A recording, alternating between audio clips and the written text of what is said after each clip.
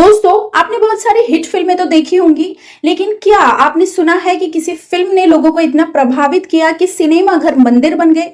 जी हाँ, मैं बात कर रही हूँ 1975 की सुपर हिट फिल्म जय संतोषी माँ की।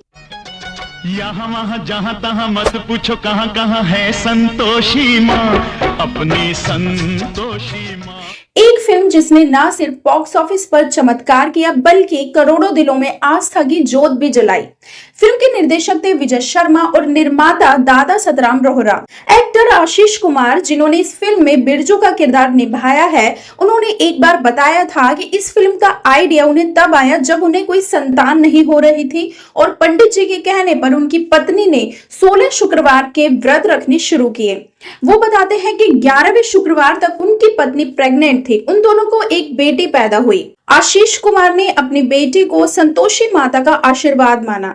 इसके बाद वह संतोषी माँ का आइडिया लेकर प्रोड्यूसर सतराम रोहरा के पास गए। सतराम को उनका ये आइडिया पसंद आया और फिल्म के लिए राजी हो गए और यहीं से जन्म हुई जय संतोषी माँ की कहानी। अब सवाल उठता है कि इस फिल्म के लिए कौन चुना जाएगा? उस दौर में बड़े स्टार लाखों फीस मांगते थे, लेकिन निर्माता सतराम का मकसद ग्लैमर नहीं था बल्कि आस्था और सादगी को दिखाना था।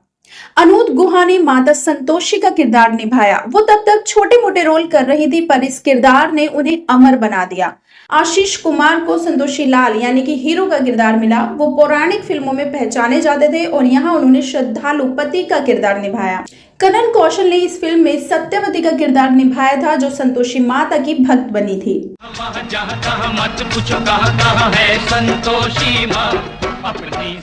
कहा जाता है कि अनीता गुरा इस फिल्म की शूटिंग के दौरान हर शुक्रवार को संतोषी माता के व्रत भी रखने लगी थी। फिल्म पर उनकी और दूसरों की मेहनत रंग लाई। लोग उन्हें जहां भी देखते उनके पैरों में गिर जाते। उन्हें देखकर संतोषी माँ कहकर पुकारते थे। औरतें उनकी गोद में अपने बच्चों को रख देती थी कि माँ इसे आशीर्वाद दो। इसके बाद उन्होंने काफी फिल्में की, लेकिन उनकी एक भी फिल्म नहीं चली। लोग उन्हें बस संतोषी माता के किरदार के लिए ही पसंद करते थे। लेकिन कुछ सालों बाद अनीता को ल्यूकोडर्मा हो गया। इस त्वचा रोग में शरीर पर सफेद धब्बे होने लगते हैं। इसके बाद उन्होंने फिल्में करना ही छोड़ दिया।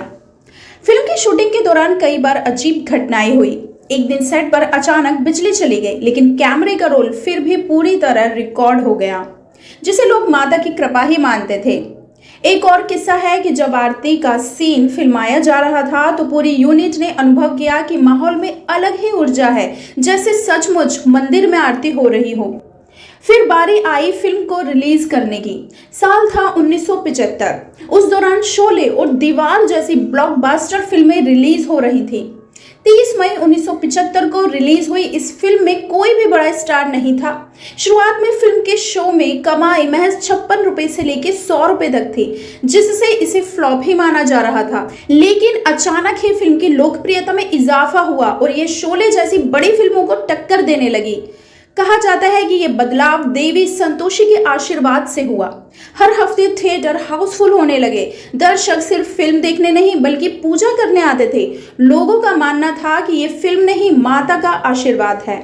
यहाँ तक कि दूर दराज के गांव जहाँ थिएटर्स नहीं थे, वहां से बैलगाड़ियों से, ट्रेनों से लोग उमड़ने लगे। थिएटर में दरवाजे पर ही जूते चप्पल उतार कर लोग प्रवेश करते, पूजा की थालियां चढ़ाते थे, फूल और सिक्के स्क्रीन पर चढ़ाए जाने लगे। थिएटर के अंदर फिल्म शुरू होते ही पर्दे पर संतोषी माता का रूप देखते ही लोग हाथ जोड़ लेते, आरती गाने लगते। नतीजा ये हुआ कि फिल्म ने करोड़ों की कमाई की और संतोषी माता की पूजा पूरे देश में होने लगी।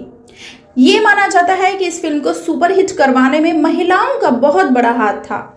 फिल्म की प्रमुख ऑडियंस में औरतें ही थी, इसलिए उनके लिए कई सिनेमा घरों में जनाना शोज रखे गए, जिसमें बस औरतें और बच्चों को ही एंट्री मिलती थी।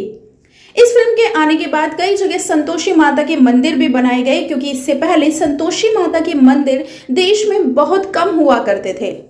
इस फिल्म का बजट मात्र 20 से 25 लाख रुपए था, लेकिन बॉक्स ऑफिस पर इसकी लगभग 204 गुना कमाई हुई और इस फिल्म ने करोड़ों रुपए कमाए। इस फिल्म की अप्रत्याशित सफलता पर कई रिसर्च भी हुए। रिसर्चर्स ने जानना चाहा कि आखिर कैसे बिना बड़े स्टार, बिना भारी बजट और बिना नामी डायरेक्टर्स के ये फिल्म सुपरहिट बन गई। रिसर्च में सामने आया कि 70 के दशक में लोग मानसिक और आर्थिक कठिनाइयों से जूझ रहे थे। संतोषी माता की पूजा और व्रत ने लोगों को मानसिक सहारा दिया और एक कारण यह भी था कि संतोषी माता का स्वरूप उस समय बड़े पैमाने पर लोगों को पता ही नहीं था। फिल्म ने इसे घर घर तक पहुंचाया।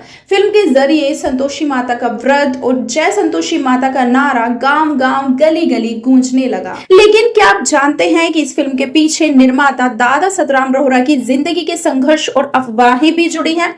कहा जाता है कि उन्होंने फिल्म की सफलता के बाद संतोषी माता का भव्य मंदिर बनवाने की मन्नत रखी थी। फिल्म तो सुपरहिट हो गई, लेकिन मंदिर बनने में देरी हो गई।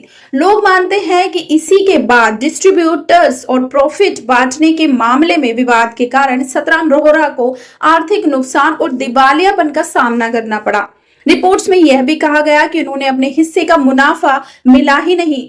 कुछ लोग इसे माता का अभिशाप मानने लगे। इस घटना ने श्रद्धालुओं की आस्था और बढ़ा दी। जय संतोषी माता की वजह से भक्ति सिनेमा एक ट्रेंड बन गया और संतोषी माता के नाम पर व्रत उपवास करने की परंपरा पूरे देश में फैल गई। तो दोस्तों, ये थी कहानी जय संतोषी माँ की। कहते हैं सिनेमा सिर्फ मनोरंजन नहीं, समाज का आईना होता है। जय संतोषी माँ ने साबित कर दिया कि अगर कहानी दिल और आस्था से जुड़ जाए तो बैलगाड़ियों से चलकर भी लोग थिएटर पहुंच जाते हैं और पर्दा सचमुच मंदिर का दरवाजा बन जाता है। वैसी अगर आज जय संतोषी माँ जैसी फिल्में बने तो क्या आपको लगता है कि लोग थिएटर में जूते चप्पल उतार कर जाएंगे? क्या आप मानते हैं कि इस फिल्म की सफलता सच में माता के आशीर्वाद की वजह से थी? दोस्तों, अपनी राय जरूर लिखिए और साथ ही जय संतोषी माँ कमेंट बॉक्स में लिखिए। और बॉलीवुड की ऐसी ही अनसुनी कहानियां जानने के लिए फिल्मी फैक्ट्स कैप्सूल को सब्सक्राइब करना मत भूलिएगा।